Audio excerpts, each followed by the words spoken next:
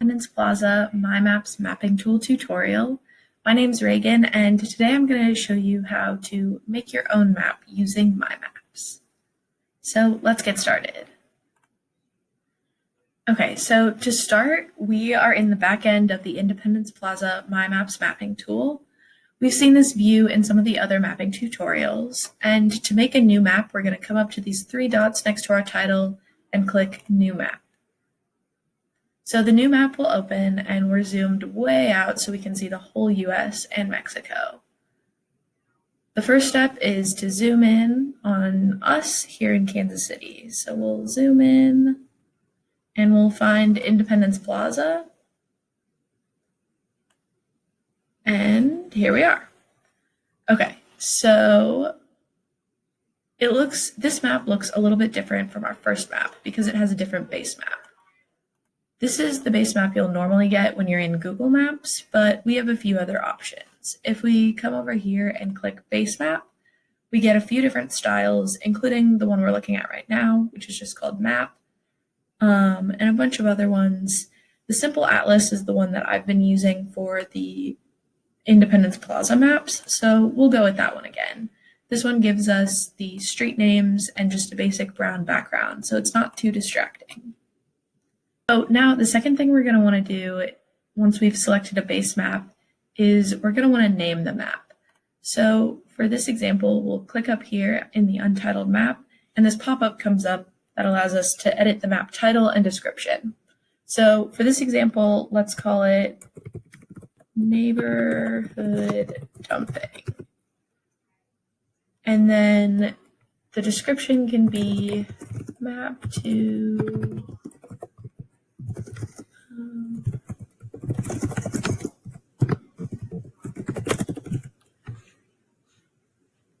keep track of dumping in the neighborhood. So we'll save that. Now we can either import data, which is something we can do by pushing import, and then by dragging a CSV, Excel, KML, or GPX file, or we can add data manually. If we're going to import data, we're going to want to make sure that it's spatially referenced.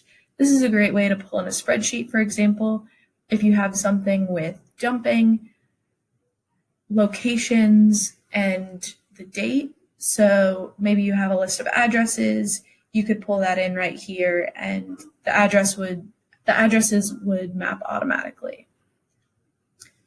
So another way to add data would be to search. So this is the address of the Salvation Army here on 9th Street. So we could search that address and push add to map.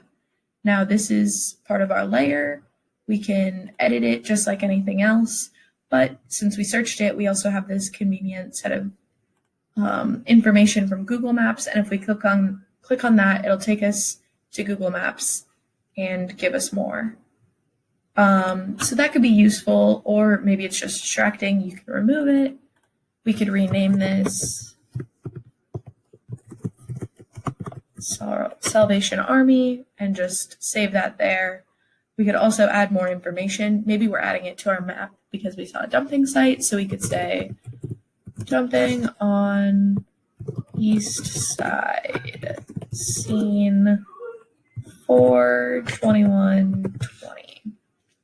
So that lets us provide more information and we can edit it however we want. So if we have a list of addresses, we can plug them in and then go through and rename them rather than their address, say dumping site, or we could locate the corner. We could say 9th and Benton, dumping, whatever, fill in the information that we need.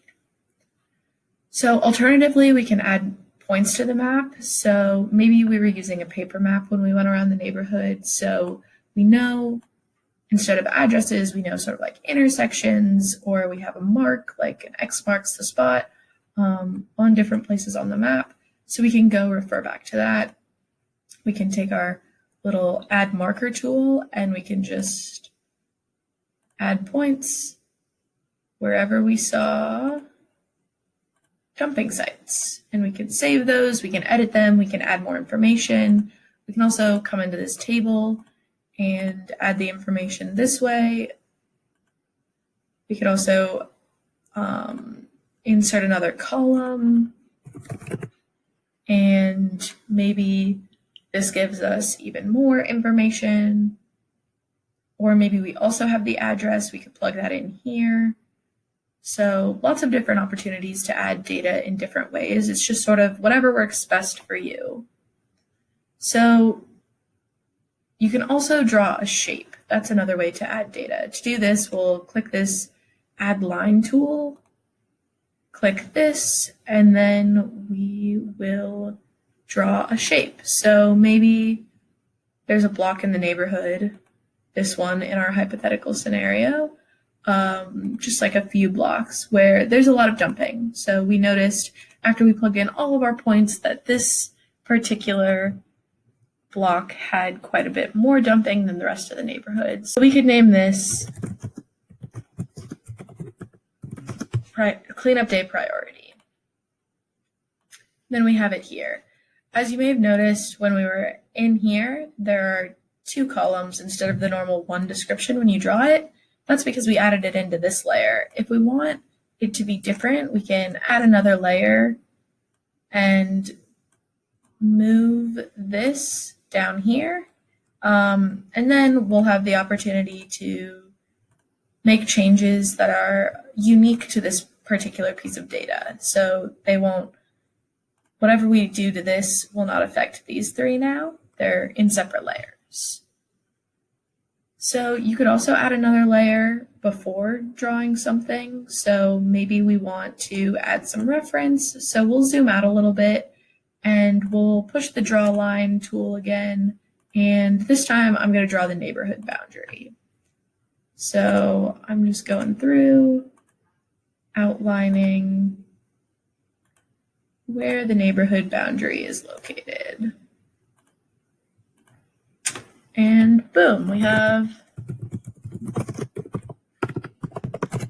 Independence Plaza. And so then we can go in and style that. Maybe we don't want to see any color on the inside. We just want a thick back outline to keep us focused on our study area. So that's pretty much it. Pulling in data to the map can be challenging or easy depending on the type of data that you want to import. One thing I would suggest you do when making a map is select Copy Map instead of New Map. So when you come up here next to the title, we can Copy Map or do New Map. And we did New Map for this one, but by copying the map, it will duplicate the map that you're working in and keep all of the data. So that way, if there's a data set or 2 that you want to keep for reference, you can, and that data will carry over to your next map, and you can delete all the other layers that are unnecessary for the map that you're making, but still important to the main map. So that way you'll have a few for reference. So for example, you wouldn't have to draw neighborhood boundary. That would already be in it if you duplicated from the original. So anyway, if you have any questions, feel free to contact Hoxie Collective. You can find our contact information in the description of this video. Happy mapping!